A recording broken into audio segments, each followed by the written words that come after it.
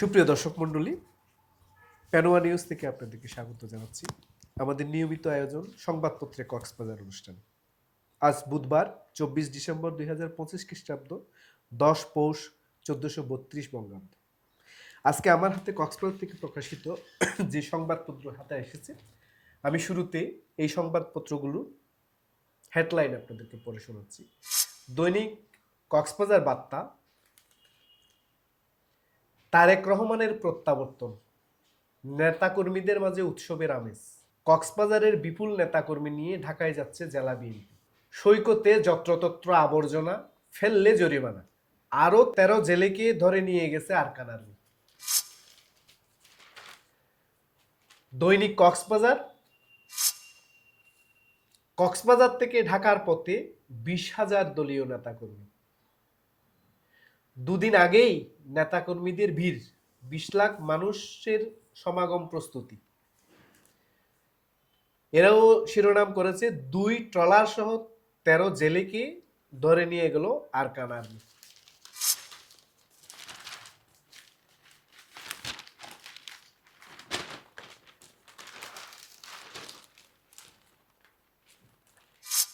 দেশ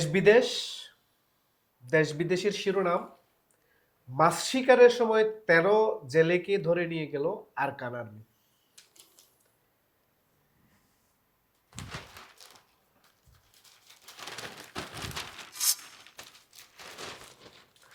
কক্সবাজার 71, দৈনিক কক্সবাজার 71 শিরোনাম করেছে ডিসিএসপিদের জন্য সিইসির কঠোর নির্দেশ। ওনারা আরেকটি শিরোনাম করেছে পাক নেতার হুঁশিয়ারি, ভারত যদি বাংলাদেশে নজর দেয় জবাব দেবে পাকিস্তানের মিসাইল।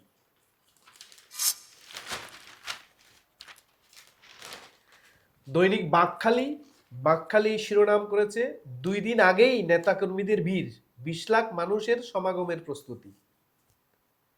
ওনারা আরেকটি নিউজ করেছেন আইনের শাসন কাকে বলে দেখিয়ে দিতে চায় সিইসি খুব কড়া পদক্ষেপ নিচ্ছে।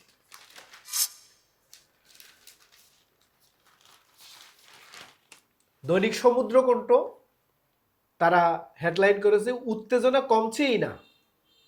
এই যে রাজনৈতিক সংঘাত ভোট কেন্দ্রিক, তাকে ঘিরে তারাও সংবাদে শিরোনাম এনেছে টেকনাফে ফের 13 জেলেকে ধরে নিয়ে গেছে আরাকান আর্মি। দৈনিক সৈকত শিরোনাম করেছে ভোটের নিরাপত্তায় হুমকি, জেল পালানো 7 শতাধিক আসামি। ওরা সাবহেড করেছে কালকেই আমরা আলোচনা করা একটি নিউজকে নিয়ে, জেলায় খাল করণে দেরি, লবণ মাঠে নেই পানি।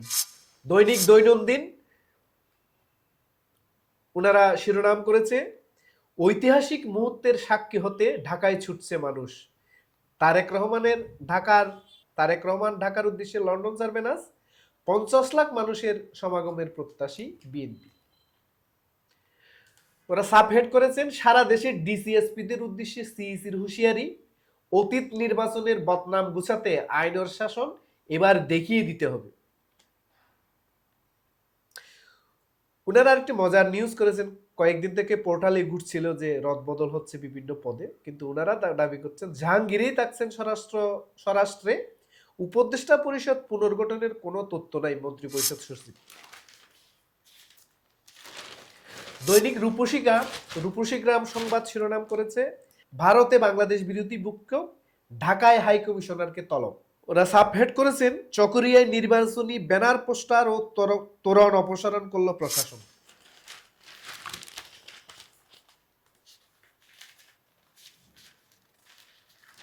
দৈনিক গণসংযোগ হেডলাইন করেছে পেকুয়ায় সংরক্ষিত বন থেকে জব্দ করা গাড়ি ছেড়ে দিল রেঞ্জ কর্মকর্তা। সাবহেডেও তারা এরকম একটা সংবাদ রেখেছে বদলির আদেশ জারি হলেও কক্সবাজার দক্ষিণ বন বিভাগের ড্রাইভার এখনো বহাল তবিয়ত। দৈনিক মেহেদি, নতুন সময়ের মেহেদি, ওনারা শিরোনাম করেছে পরিবারের ভাঙা অর্থ দাদনের ফাঁদ, জমি দখল আর রাজনৈতিক ছত্রছায়ায় টিকে আছে রামুর HM ব্রিক্স। জন্মই যখন সন্দেহজনক, আইন কি বলছে আর রাষ্ট্র কি করছে।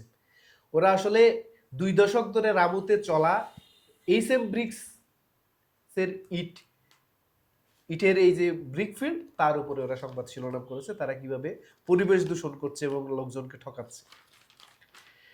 ওরা একটা সাবহেড করেছে, 1 মাসে সেন্ট মার্টিন সৈকতে ভেসে এসেছে 8 মৃত কচ্ছপ।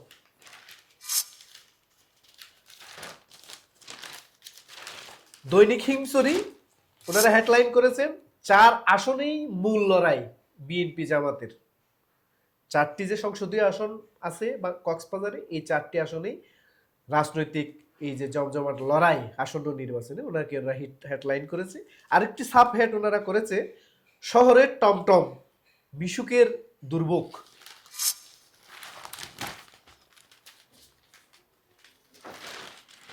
দৈনিক আজকের কক্সবাজার ওনাদের শিরোনাম, ভারতের সঙ্গে অর্থনৈতিক সম্পর্ক স্বাভাবিক, রাজনৈতিক বিষয়ে কাজ চলছে। ওনারা সাবহেড করেছে, বিদ্যুৎ অফিসে দালালদের দৌরাত্ম্য, অতিষ্ঠ মহেশখালীর মানুষ। এই ছিল আমি আজকের পাওয়া দৈনিকগুলোর সংবাদ শিরোনাম। আপনাদেরকে আমরা চেষ্টা করলাম আজকে প্রকাশিত কক্সবাজার থেকে প্রকাশিত দৈনিকগুলোর সাথে আপনাদের সংযোগ ঘটিয়ে দেওয়া। আজকে সংবাদের উল্লেখযোগ্য অংশের পর্যালোচনা করার জন্য আমাদের সাথে উপস্থিত আছেন শঙ্কর বড়ুয়া রবি দাদা। আমাদের স্টুডিওতে আপনাকে স্বাগতম। আপনি তো আমাদের হেডলাইনগুলো শুনলেন, প্রথমে আপনি আপনার পরিচয়টুকু আমাদের দর্শকদের মিশিয়ে দেন। আমি মূলত একজন পেশাদার সাংবাদিক হিসাবে বর্তমানে ডিবিসি নিউজের কক্সবাজার প্রতিনিধি হিসাবে শুরু থেকে কাজ করছি, এখনও আছি। এর আগে বিডি নিউজ 24-এ দীর্ঘ 12 বছর 3 মাস কাজ করেছি। বলতে গেলে শুরুতেই স্থানীয় পত্রিকা দৈনিক আপন কণ্ঠ দিয়ে শুরু করে, পরবর্তীতে রূপসী গ্রাম, এরপরে কক্সবাজার দৈনন্দিন, সর্বশেষ এখন ডিবিসি নিউজেই আছি আর কি। ধন্যবাদ। আপনার তো স্থানীয় পত্রিকাগুলোর সাথে দীর্ঘ সময়ের পথ চলা, তারপর সেখান থেকে নিজেকে আপডেট করে আপনি জাতীয় পর্যায়ে গণমাধ্যমের প্রতিনিধিত্ব করছেন। আজকে আপনাদের কষ্ট করে আমাদের স্টুডিওতে আসছেন, আপনাকে আমাদের পরিবারের পক্ষ থেকে অনেক ধন্যবাদ। আপনি তো আমাদের শিরোনামগুলো শুনলেন, এই শিরোনামগুলোর কোনোটা নিয়ে যদি আপনি কোনো আপনার অভিমত দিতে চান। এই যে প্রথমে বলে পর্যটন নগরী, পর্যটন শহর, মূলত কক্সবাজার সমুদ্র ঘিরেই আমাদের এই পর্যটন কেন্দ্রিক বিনোদন মূলত। বিশ্বে, দেশে বিদেশেও কক্সবাজারের আবেদনটা মূলত বলতে গেলে পর্যটন। আমরা গত কিছুদিন ধরে দেখেছি, সোশ্যাল মিডিয়াতেও দেখেছি, স্থানীয় গণমাধ্যমেও দেখেছি। আজকে আমি নিজেও ডিবিসি নিউজে একটা এই ময়লা আবর্জনার বাগান নিয়ে একটা নিজেও রিপোর্ট করেছি আর কি। তো এটা আসলে কক্সবাজার একসময় স্বাস্থ্যকর নগরী ছিল, এখন কক্সবাজার দিন দিন অপরিকল্পিত নগরী এবং অস্বাস্থ্যকর নগরীতে পরিণত হচ্ছে আমরা দেখেছি আর কি। মূলত এই যে পর্যটন বিকাশে যে ধরনের উদ্যোগ নেওয়া দরকার ছিল, এখানে পরিকল্পিতভাবে এখনও আমরা কৌকের কাছ থেকে সেই মাস্টার প্ল্যানের কথা শুনছি দীর্ঘ 3-4 বছর ধরে। এখন সেই মাস্টার প্ল্যান পরিকল্পনাই আছে, এটা এখনও আমরা আলোর মুখ দেখছি না। তবে কক্সবাজার পরিকল্পিত নগরী করা গেলেই এ ধরনের সমস্যাগুলো আমাদের থাকতো না বলে আমরা মনে করি আর কি। তারপরেও মূলত সৈকতের যে ময়লা আবর্জনার কথা বলা হচ্ছে, এটা আমরা মূলত দেখি যে আপনার কবিতা চত্বর থেকে কলাতলি, এটি দীর্ঘ 120 কিলোমিটারের কাছাকাছি দীর্ঘ সৈকত। এই সৈকতের মধ্যে 3 কিলোমিটার এলাকা, এই 3 কিলোমিটার এলাকায় মূলত পর্যটন ব্যবস্থাপনার দায়িত্বে আছেন কক্সবাজার জেলা প্রশাসনের নিয়ন্ত্রণাধীন বিচ ম্যানেজমেন্ট কমিটি। মূলত এখানে ব্যবসায়ী থেকে শুরু করে পর্যটকদের অসচেতনতা, ব্যবসায়ীদের দায়হীন আচরণ সৈকত কেন্দ্রিক, পাশাপাশি হোটেল মোটেলের যে বর্জ্য, এগুলো নালা নর্দমা দিয়ে নানাভাবে কিন্তু সাগরে, বালিয়াড়ির মধ্যে দিয়ে সাগরে মিশে যাচ্ছে।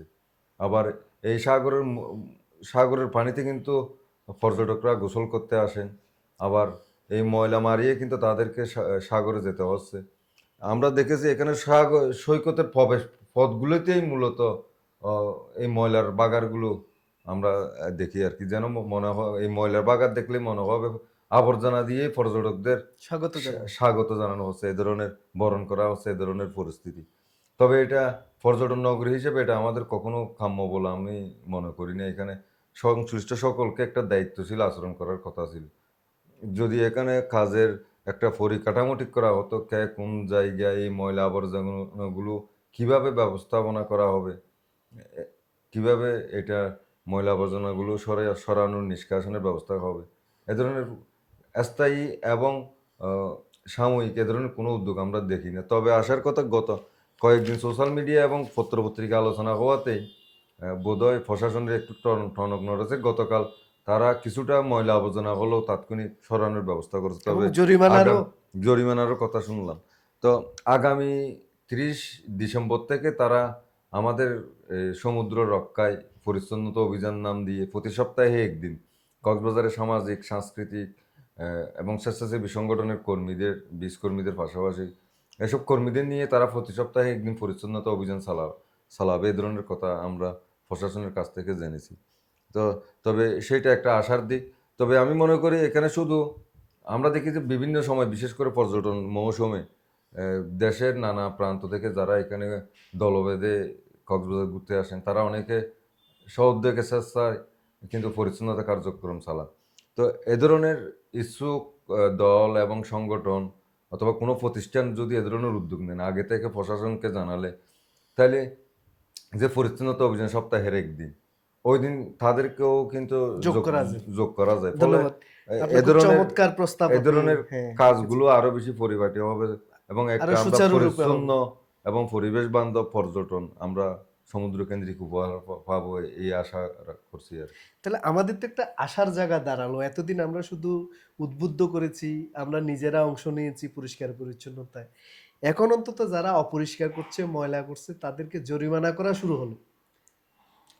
জরিমানাটা আসলে পর্যটককে পর্যটক না, যারা এই করলে এই তো করে, এটা একটা নেতিবাচক পর্যটক ধারণা না, এই হবে। যে হোটেল মোটেল গুলো আমাদেরকে আবর্জনা উপহার দিচ্ছে বা নানাভাবে আমাদেরকে পরিবেশ বীজ দূষণের শিকার হচ্ছে। আপনি হয়তো খেয়াল করেছেন কিনা জানি না, কিটকটের পাশেই কিন্তু কি আছে, হুম। ছোট একটা ডাস্টবিন থাকে। আমরা পর্যটকদেরও কিন্তু একটা দায়িত্বশীল আচরণ করা কিন্তু এই যে দরকার। হোটেল মোটেল গুলো বা সমান খাবারের দোকানগুলো বা ওখানে বাসমান মানুষগুলো যে বীজ ময়লা করতেছে, তাদেরকে তো বারবার উদ্বুদ্ধ করা হয়েছে পরিষ্কার পরিচ্ছন্ন এগুলো থাকতে। আসলে বিচ ম্যানেজমেন্ট কমিটির অনুমোদন নিয়ে এই প্রতিষ্ঠানগুলো সাগর পাড় কেন্দ্রিক কিন্তু পর্যটন কেন্দ্রিক ব্যবসা।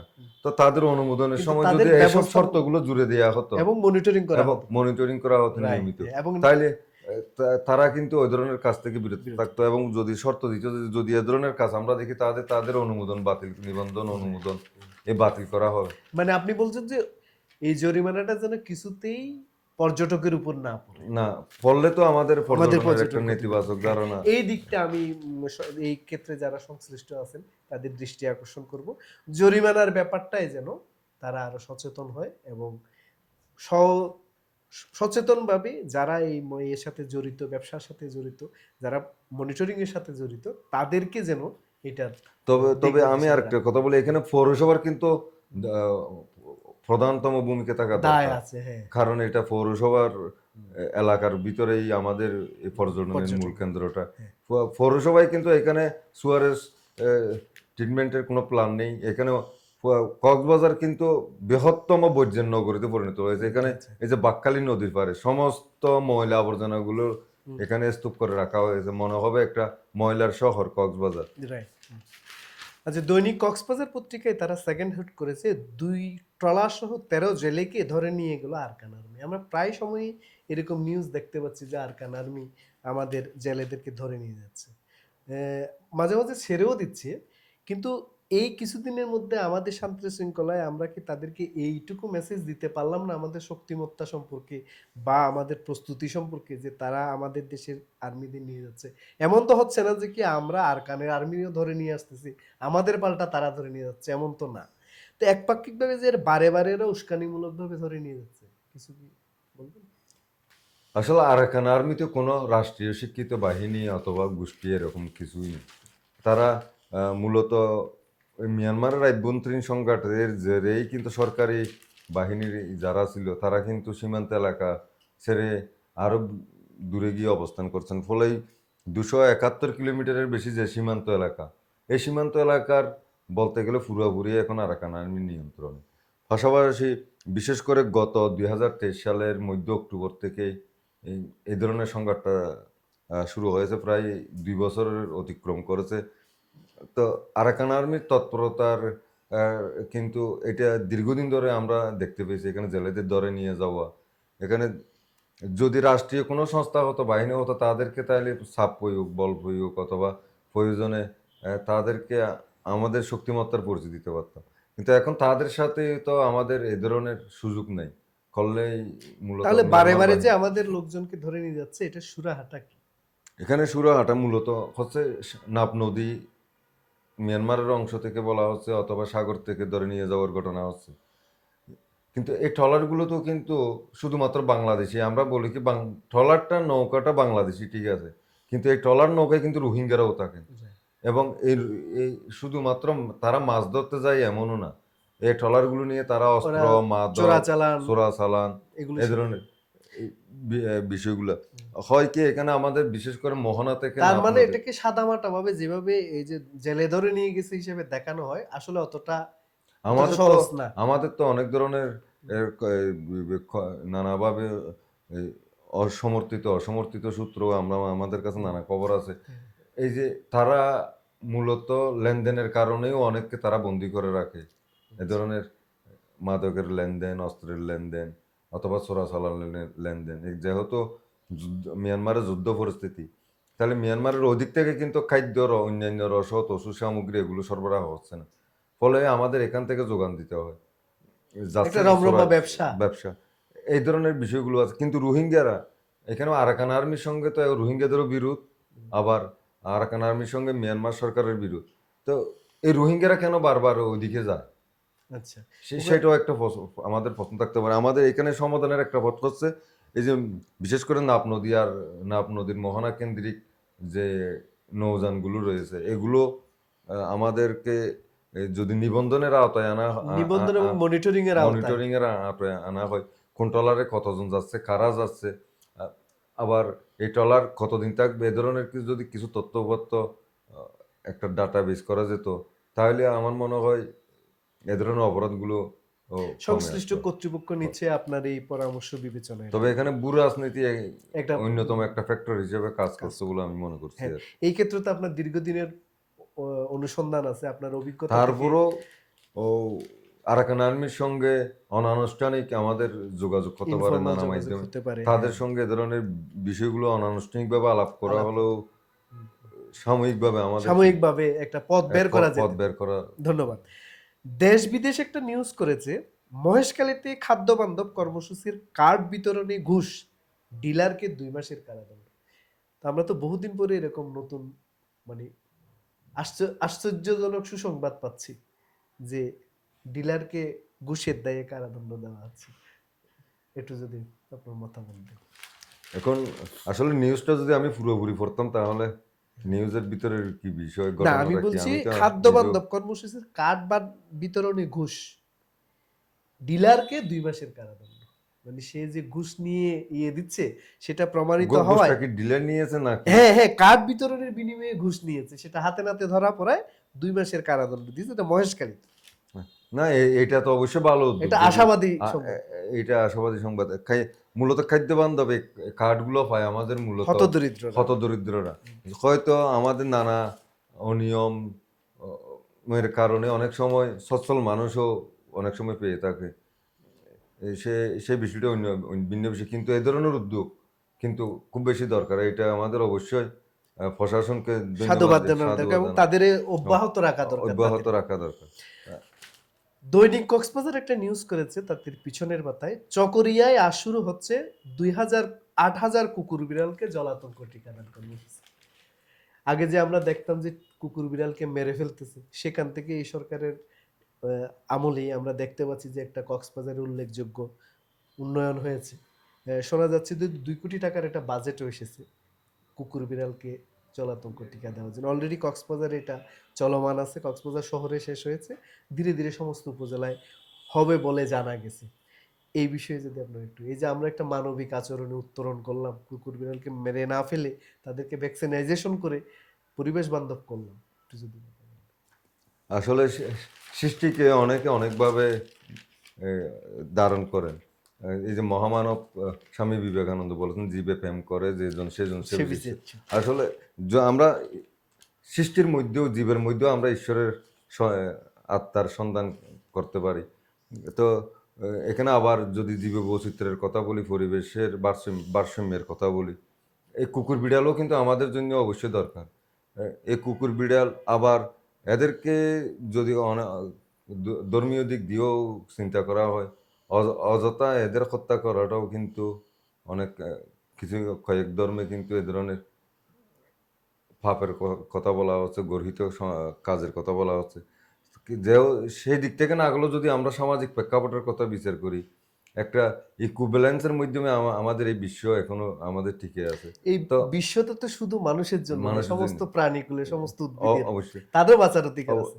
এই যে অমানবিক দায়বোধ থেকে আমাদের একটা অমানবিক কাজ থেকে আমাদের মানবিক দায়বোধের একটা পরিচয়, সেটার জন্য ভালো উদ্যোগই বলতে পারি। তবে এখনো বিজ্ঞানকে কুকুর বিড়ালকে না দিয়ে আমরা মানুষের শরীরে আমরা যেভাবে নিতে পারি কিনা, দিতে পারি কিনা, সেই পর্যায়ে নিয়ে যাওয়া। সেই সে তবে ধরনের তবে বিজ্ঞানের তবে উদ্ভাবন যদি পৌরসভাকে তো সম্ভব আমরা হয়। এটুকু ধন্যবাদ দিতে পারি যে তারা মেরে ফেলার পরিবর্তে ভ্যাকসিনাইজেশনের ব্যবস্থাটা করে ফেলেছে। কি বলেন? অবশ্যই সেইটাই। তবে আমি কয়েকদিন আগে বাসা থেকে বেরোচ্ছিলাম, দেখলাম যে পৌরসভার কর্মীরা একটা নেটের মতো করে দিয়ে কুকুর ধরতেছিল। তখন আমার কাছে নিজেরও প্রশ্ন জাগছিল, এই কুকুরগুলো কি মেরে ফেলা হচ্ছে? একসময় তো দেখতাম যে মেরে ফেলা হচ্ছিল, মেরে বিচে কবর দেওয়া হতো, গর্ত অত করে, গর্ত। পুকুরের মতো গর্ত কিন্তু করে। তখন আমি তাদের জিজ্ঞেস করলাম, তারা বলল যে না, এগুলো আমাদের অনেকটা বন- আহ, গিয়া- উম, তাদের নির্বিষ করার জন্য মূলত এ ধরনের টিকাগুলো দেওয়া হচ্ছে। আবার কিন্তু তারপরেও আমার কাছে একটা কৌতূহল ছিল, এটা কি আসলে নির্বিষের জন্য নাকি বন্ধাকরণের জন্য। হুম। তারা আমাকে নির্বিষ করার কথাই বলেছিল। তবে বন্ধাকরণ করতে গেলে তো একটা সময় গিয়ে হ্যাঁ, প্রজনন প্রক্রিয়াটা বন্ধ বন্ধ হয়ে হয়ে যাবে যাবে, এবং তখন আবার সৃষ্টির বিরুদ্ধ সে- কাজ হয়ে যাবে। ত- বিরুদ্ধে কাজ হয়ে যাবে। হুম। তবে সেটা করলেও একটা পরিকল্পিত মাত্রায়, মাত্রায়, হ্যাঁ, করতে হবে। যাতে আমাদের আপনার ব্যালেন্স এই পরামর্শ নিশ্চয়ই পৌরসভার স্বাস্থ্য অধিদপ্তর খেয়ালে রাখবেন। আমরা আশা করি আমাদের এই সংবাদ ওনাদের কাছে পৌঁছে যাবে। দৈনিক দেশ বিদেশ তাদের পেছনের পাতায় একটা সংবাদ করেছে, সেন্ট মার্টিনের টিকিট প্রতারণা, 2 লাখ টাকা ক্ষতিপূরণ আদায় করে দিল টুরিস্ট পুলিশ। বহুদিন পরে আমরা একটা এরকম সেন্ট মার্টিন ভোগান্তি বহুদিন ধরে নিউজ পাচ্ছিলাম, টিকিট প্রতারণা, একটা টিকিট 4-5 জায়গায় বিক্রি করে দেওয়া। অবশেষে এদেরকে ক্ষতিপূরণের আওতায় আনা গেল, তাদের ক্ষতি পুষিয়ে দেওয়া গেল। টুরিস্ট পুলিশকে তো ধন্যবাদ দিতে হয়। আপনি কি বলবেন? আর সেন্ট মার্টিন আসলে একেবারে বলতে গেলে বাংলাদেশের একমাত্র প্রবাল দ্বীপ। একেবারেই সাগর থেকে অনেক দূরে বিচ্ছিন্ন একটা দ্বীপ, ভূখণ্ড বাংলাদেশে। তো মানুষের এ, কাছে আসলে বাংলাদেশ তো একটা ছোট দেশ, ঘুরার জন্য অত বেশি আমাদের বিনোদন কেন্দ্রও নাই, খুব কম। খুব কম। তো অনেকের ইচ্ছে থাকে সেন্ট মার্টিন ঘুরে আসবে, কিন্তু সেন্ট মার্টিনের সেই পরিবেশ তো আমরা নিজেরাই উজাড় করেছি, ধ্বংস করেছি।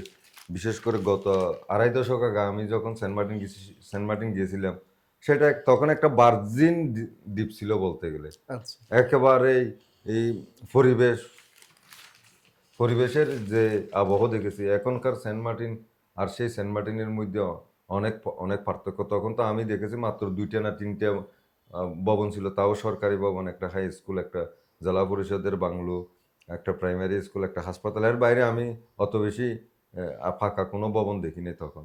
তখন একেবারেই পলিথিন, কাঠ বা বাঁশের ছোট ছোট ঝুপড়ি ঘর ছিল বলতে গেলে, প্রায় ঘরে। কে- এখন কিন্তু গাছপালাও উজাড় হয়েছে, বসতিও বেড়েছে, আবার পাকা স্থাপনাও তৈরি তৈরি করা হয়েছে, কিন্তু বহুতল ভবন বহুতল স্থাপনা ভবন হয়েছে। হয়েছে। আবার এই সেন্ট মার্টিনে কিন্তু নানান ধরনের বিধিনিষেধ আছে স্থাপনা নির্মাণে। আমরা আমরা দেখেছি প্রভাবশালীদের জন্য এই বিধিনিষেধ কোনো ক্ষেত্রে কার্যকর কাজ, হয় না। সাধারণ মানুষের জন্য মূলত এখানে বিধিনিষেধের আড়ালেই কিন্তু এ ধরনের ফাঁকা স্থাপনা প্রতিনিয়ত নির্মাণ করা হচ্ছে। এখানে একেবারে জরুরি কিছু গুরুত্বপূর্ণ সরকারি স্থাপনা ছাড়া, যেগুলো পর্যটক বলুক, স্থানীয়দের বলুক, দুর্যোগ দুর্বিপাকে কাজে লাগবে, এ ধরনের স্থাপনাগুলো ছাড়া বাকি সব স্থাপনা আমার মনে হয় সেন্ট মার্টিন থেকে সরিয়ে নিয়ে একটা সময় ঢুকি। এই যে টিকেটের কথা বললেন, এখানে কিন্তু সেন্ট মার্টিন নিয়ে আমাদের একটা দীর্ঘদিনের ভূ রাজনীতির একটা আলোচনার কেন্দ্রবিন্দুতে আছে।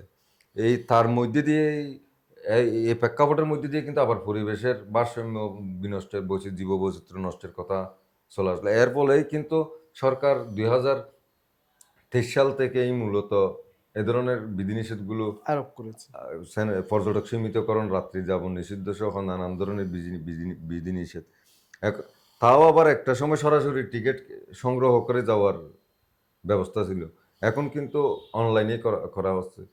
এখন সাধারণ মানুষের কাছে অনলাইনের বুকিং বিষয়টা, অনেকে পড়ালেখা জানা লোকজনও কিন্তু অনেকে জানে না, আবার সাধারণ মানুষের পক্ষে এটা তো। ফলে এখন সেন্ট মার্টিন দ্বীপ ভ্রমণ অর্থবিত্তবান প্রভাবশালী সমাজের ছাত্রজন্য লোকজনের জন্য ঘুরার জায়গা হয়েছে। সাধারণ মানুষ কিন্তু সেন্ট মার্টিনে যাওয়ার উপভোগ করার সেই সুযোগ অন্তরায় হয়ে অন্তরায় দাঁড়িয়েছে। হয়ে দাঁড়িয়েছে। তো আমি মনে করি এই পর্যটন ব্যবস্থাপনা পরিবেশ এটাকে আরো না, আমি সুনির্দিষ্টভাবে বলছিলাম এই যে পর্যটক ঠকানোর যে একটা ব্যবসা ছিল, তাদের যেটি নিয়মিত চরিত্র ছিল যে একাধিক টিকিট, একই টিকিটের নামে একাধিক টিকিট করে যাত্রীদের বিড়ম্বনায় ফেলা। অবশেষে তাদেরকে ধরা গেল এবং পর্যটককে ক্ষতিপূরণ উদ্ধার করা হলো, তাদেরকে ক্ষতিপূরণে বাধ্য করা হলো। এই যে আমাদের একটা সুসংবাদ টুরিস্ট পুলিশ দিল, এটা আমাদের সুসংবাদ। টুরিস্ট পুলিশকে ধন্যবাদ পেতেই পারে। না, আইন শৃঙ্খলা বাহিনী আসলে কি একটা বিষয় হচ্ছে যে আইনের কত ব্যত্যয় ঘটলে তখনই করে, কিন্তু আইনের ব্যত্যয় না ঘটার জন্য যে ধরনের কাজগুলো করা দরকার, এগুলো এগুলো যদি তাহলে তো পুলিশের এ ধরনের আইন প্রয়োগ করার কোনো দরকারই দরকার, হতো না। বরঞ্চ আমি মনে করি এটা অবশ্যই টুরিস্ট পুলিশকে আমি ধন্যবাদ দিব। তারপরে মনে করি এ ধরনের কাজগুলো কিন্তু আমাদের পর্যটন ব্যবস্থাপনা সম্পর্কে দেশে বিদেশে মানুষের কাছে নেতিবাচক ধারণা সৃষ্টি হবে। এত আমরা আমাদের প্রশাসন 2000 পর্যটক মেনটেনেন্স করার জন্য যদি আমাদের এ ধরনের বিপত্তির কথা বারে বারে শোনা যায়, সেটাও এটা আমাদের আসলে আমি মনে করি প্রশাসনের যারা সংশ্লিষ্ট দায়িত্ব আছেন তাদের অবহেলা। ঠিক, নিশ্চয়ই এই বিষয়টা প্রশাসন দৃষ্টি দেবে। দৈনিক বাকখালী তাদের সেকেন্ড হেড করেছে, আইনের শাসন কাকে বলো দেখিয়ে দিতে চায়। যদিও এটা কক্সবাজারের নিউজ নয়, আমি চেষ্টা করেছি কক্সবাজারের নিউজকেই গুরুত্ব দিয়ে আসতে, কিন্তু আমার কাছে মনে হয়েছিল সিইসির এই মেরুদণ্ড দেখানোর, হিম্মত দেখানোর কথাটা একটু আলোচনায় আসতেই পারে। বহুদিন পরে আমরা সিইসি থেকে এরকম একটু কি বলবো, জোর গলার এটা দেখতে পেলাম। এখন তো অনির্বাচিত সরকার, একটা বলা যায় যে জরুরি হিসেবে সরকার যারা আছেন তারা দায়িত্ব নিয়েছেন। হ্যাঁ, আবার নির্বাচিত সরকারের সময় সিআইসিদের আমরা দেখেছি। আমার কাছে মনে হয় এগুলো অনেকটা ফাঁকা বুলির মতো মনে হয়, এই ধরনের বাস্তবে কতটা কার্যকর হবে। কিন্তু এই কথাটা আমি নিজেও দৃঢ়ভাবে বিশ্বাস করতাম। যদি দেশের নির্বাচন তফসিল ঘোষণা হয়ে গেছে, দেশ কিন্তু এখন নির্বাচনের পথেই এগুচ্ছে, রাস্তায় হাঁটছে। তো এখন দেশের এই পরিস্থিতিতে আইন শৃঙ্খলার যেখানে অবনতি, এই যে পরপর বিশেষ করে গত 15-20 দিনের মধ্যে যে ঘটনাগুলো দেশে ঘটে গেল, এখানে একজন জীবন্ত মানুষকে ময়মনসিংহে পিটিয়ে মারার পর পুরানো হলো, ওদিকে আবার গণমাধ্যমে ঘোষণা দিয়ে হামলা করা হলো। হামলার আগেই কিন্তু ঘন্টা দেড়েক সময় ছিল, তার মধ্যে দিয়ে আইন শৃঙ্খলা বাহিনী কোনো ব্যবস্থা নিল না। আবার ওদিকে দেখলাম যে বিএনপি নেতার এক কন্যা শিশুকে 7 বছরের, তার ঘরে তালা মেরেই ফুরিয়ে হত্যা করা হলো। আবার এদিকে ইনকিলাব মঞ্চের ওসমান খাদিকে প্রকাশ্যে দিনে একেবারে ফিল্ম স্টাইলে, দেশের যে পরিস্থিতি, আবার এগুলোর পক্ষে বিপক্ষে নানান ধরনের আলোচনা, রাজনৈতিক উত্তেজনা। আবার বিএনপির ভারপ্রাপ্ত চেয়ারম্যান দীর্ঘ 17 বছর পর দেশে আগামীকাল স্বদেশ প্রত্যাবর্তন করবেন। এই নানা পরিস্থিতির কারণে কিন্তু দেশের পরিস্থিতি, আইন শৃঙ্খলা পরিস্থিতি নিয়ে মানুষ কিন্তু উৎকণ্ঠায় আছে। তো নির্বাচন তফসিল ঘোষণা হওয়ার পরপরই কিন্তু আইন শৃঙ্খলা বাহিনীর নিয়ন্ত্রণ নির্বাচন কমিশনার ইসির কাছে চলে যাওয়া দরকার কথা। কিন্তু অনির্বাচিত সরকার, এটা নির্বাচিত সরকার কিন্তু আমরা দেখেছি একটা সময় সেরকম ছিল, বিশেষ করে তত্ত্বাবধায়ক সরকার ব্যবস্থা যখন চালু ছিল, তত্ত্বাবধায়ক সরকার উঠে ব্যবস্থা বিলোপ হওয়ার পরে কিন্তু হয়তো পরিস্থিতি সরকারের নিয়ন্ত্রণে থাকতো।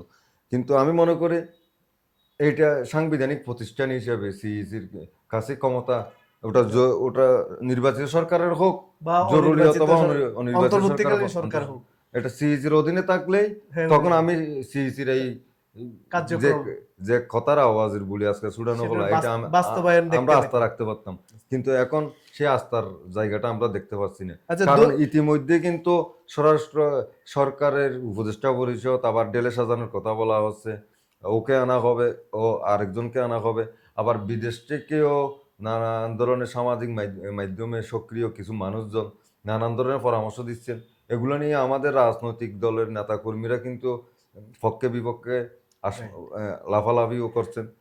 ফলে মনে হচ্ছে সিইসির এইটা কথার জন্য কথা বলা ফাঁকা। কিন্তু আমরা তো দৈনিক রূপসী গ্রামকে দেখছি, ওনারা একটা নিউজ করেছে, চকরিয়ায় নির্বাচনী ব্যানার পোস্টার তোরণ অপসারণ করলো প্রশাসন।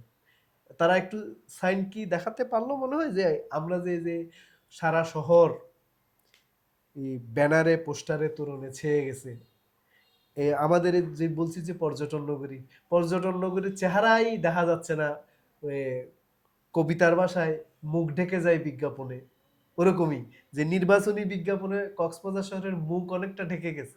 সেখানে কি একটা প্রতীকী অপারেশন ওরা দেখাতে সক্ষম হলো? এইটা আসলে আমাদের রাজনৈতিক অঙ্গীকার থাকা দরকার।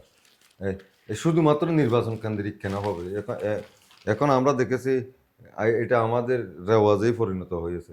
যত্রতত্র এই ধরনের পোস্টার ছাঁটাই করা, কারো বাড়িঘরের দেওয়ালে কোনো অনুমতি নেই, সরকারি প্রতিষ্ঠানের ওখানে কোনো অনুমতি নেই, যেখানে পারি সেখানে আমরা পোস্টার লাগিয়ে এক মনে হচ্ছে যে একটা আলপনার মতো করে এ ধরনের গুলো করা হচ্ছে, যে এগুলো আসলে অনেক সময় দৃষ্টিকটু দেখায় দেখতেও। এ ধরনের এগুলো রাজনৈতিক দলগুলো মনোনয়ন প্রত্যাশী হইতে পারে। এখন অনেক রাজনৈতিক দলে দেখা যায় যে বিশেষ করে প্রচলিত ধারার হয়তো সাংগঠনিক শৃঙ্খলা আছে, এ ধরনের দলগুলোতে হয়তো এ ধরনের পোস্টার ছাঁটাই হয় না। বিশেষ করে আওয়ামী লীগ, বিএনপি, জাতীয় পার্টি, এ ধরনের দলগুলোতে এরা একাধিক মনোনয়ন প্রত্যাশী থাকেন। তারা স্ব উদ্যোগে পুরো সংসদীয় এলাকায় অথবা নির্বাচনী এলাকায় এ ধরনের পোস্টারগুলো ছাটিয়ে এ ধরনের একটা সাটিয়ে মুখ দেখা না যায় মতো করে বিশ্রী সাটিয়ে একটা দেয়। পরিবেশ সৃষ্টি করে।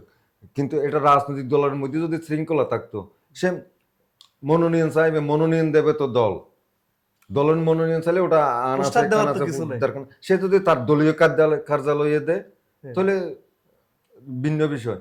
এখন পুরো জেলায় তো করণীয় কি, যে এই যে এদেরকে নিবৃত্ত করার? আচ্ছা, এমন কি হইতে পারে না প্রশাসনের উদ্যোগে বা নির্বাচন কমিশনের একটা নির্দিষ্ট জায়গা বিলবোর্ড ঠিক করে দেওয়া, যেখানে এই প্রার্থীরা তার এগুলো বিনামূল্যে ছাপাতে পারবে? এরকম কি হতে পারে যে বিভিন্ন স্থান নির্ধারণ করে দিলে বিভিন্ন মোড়ে শুধু ওখানেই লাগান? না, আসলে এই স্থানগুলো তো আবার নির্বাচন কমিশনেরও না, হ্যাঁ। এগুলো স্থানীয় সরকারের সরকারি, দায়িত্বাধীন হ্যাঁ। এলাকা। কি করা যায়? স্থানীয় সরকার চাইলে হ্যাঁ। এই এই এই পোস্টারগুলো যত্রতত্র লাগালে যদি শাস্তির ব্যবস্থা থাকতো, সেই জরিমানা যদি জরিমানার করা ব্যবস্থা যায়। থাকতো, তাইলে এ ধরনের লাগাতো না। যদি স্থানীয় সরকার কোনো একটা নির্দিষ্ট জায়গায় এ ধরনের প্রচারণা ভোট করবে, সেখানে এতদিনের জন্য ভাড়া দেব, এই হ্যাঁ। এই প্রার্থী এতদিন লাগাবে, তার প্রচারণা এতদিন চলবে, তাহলে এটা স্থানীয় সরকারের একটা ইনকাম সোর্স ইনকাম হতো, হইতো। আমাদের এই পরিচ্ছন্নতারও এই কাজও কিন্তু আপদ এবং এই সংকটকে আমরা একটা আয়ের উৎস হিসেবে আয়ের ব্যবহার করি। উৎস হিসেবে। রাজস্ব বাড়ানোর একটা, তখন কিন্তু যখন টাকা দিয়ে পোস্টার বিজ্ঞাপন প্রচারের ব্যবস্থা হতো, অনেকে কিন্তু এই পোস্টার এই পথে যাইতো। ধন্যবাদ। যেত আপনার এই না। সুন্দর আইডিয়া নিশ্চয়ই আমাদের কর্তৃপক্ষ বিবেচনা নেবে। আমাদের সময় স্বল্পতার জন্য আমাদের অনুষ্ঠান আমরা শেষ করতে দিকে সর্বশেষ একটা বিষয়ে দৃষ্টি আকর্ষণ করব। দৈনিক সমুদ্রকণ্ঠ তাদের একটা নিউজ করেছে, সেন্ট মার্টিন দ্বীপে কোস্টাল রেডিও স্টেশন লাইট হাউসের আনুষ্ঠানিক উদ্বোধন। লাইট হাউস নামে একটা রেডিও স্টেশন আনুষ্ঠানিকভাবে যাত্রা শুরু করেছে সেন্ট মার্টিন দ্বীপে। রেডিও তো একসময় আমাদের সার্বক্ষণিক সঙ্গী ছিল, আপনিও ছোটবেলায়, আমিও ছোটবেলায়, এটা একটা বিশেষ অঙ্গ। ইদানিং রেডিও একটু কম জনপ্রিয় হলেও এই যে মোবাইল ফোনে আবার রেডিও স্টেশন, এফএম রেডিও জনপ্রিয় হয়ে উঠেছে, যেটা একসময় যোগাযোগের হাতিয়ার ছিল। আমাদের এই সংকটে, আমাদের দুর্বিপাকে, আমাদের এই ঘূর্ণিঝড়ে সংকেত দেওয়ার, বন্যায় সংকেত দেওয়ার জন্য অন্যতম বাহন ছিল এই রেডিও। যে একটা রেডিও স্টেশন নতুন করে সেন্ট মার্টিনে যাত্রা শুরু করলো, যদি একটু বলতেন। এখন রেডিও কিন্তু প্রযুক্তির ব্যবহার অনেকে অনেকভাবে করে থাকে। এখন মূলত এই যে কোস্টাল রেডিওর কথা বলা হচ্ছে, কমিউনিটি রেডিও, এই রেডিও কিন্তু তো আর মূলত এটা সচরাচর সচেতন মানুষ, শিক্ষিত মানুষ যারা থাকেন তারা ব্যবহার করেন, এগুলো একেবারে প্রান্তিক মানুষজন, জেলে যারা সাধারণ মানুষ, যারা ট্রলারে মাছ ধরে, তারা তো আবার স্মার্টফোনও ব্যবহার করেন না। তো সচরাচর এই যে এফএম রেডিও তো নরমাল ফোনে নর্মাল শোনা মোবাইলে, যায়। হ্যাঁ, ফলেই আমি মনে করি এটা একটা ভালো ভালো উদ্যোগ। দিক, হ্যাঁ।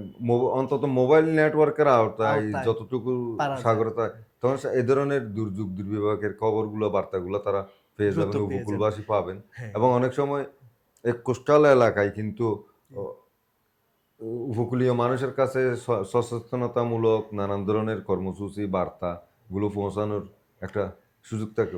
ওই যে কথাই আছে, বারবার শুনতে শুনতে ওটা তার উম, কাছে বদ্ধ হয়ে একটা বদ্ধকর বিষয় হয়ে যায়। তো একটা সচেতনতা বার্তা সে যদি মানুষের কাছে অযথা কোনোভাবে পৌঁছায়, তার মধ্যে এটা এটা সচেতনতা, উল্লেখযোগ্য হ্যাঁ। দিক। তো আমরা অনুষ্ঠানের একেবারে শেষের পর্যায়ে আমরা আমাদের প্যানোয়া পরিবার নিউজ পরিবারের পক্ষ থেকে এই নতুন গণমাধ্যমকে স্বাগত জানাচ্ছি এবং তাদের দেখা দেখি আমরা আশা করব আরো এরকম গণমাধ্যম সৃষ্টি হবে, আরো কমিউনিটি রেডিও আমাদের সাথে যুক্ত হবে। আপনি কষ্ট করে আমাদের স্টুডিওতে এসেছেন, আমাদের এই প্রাণবন্ত আলোচনায় অংশ নিয়েছেন। নিশ্চয়ই আগামীতেও আপনি আমাদের সাথে থাকবেন। আমাদের পরিবারের পক্ষ থেকে আপনাকে শুভেচ্ছা। আপনাকেও ধন্যবাদ।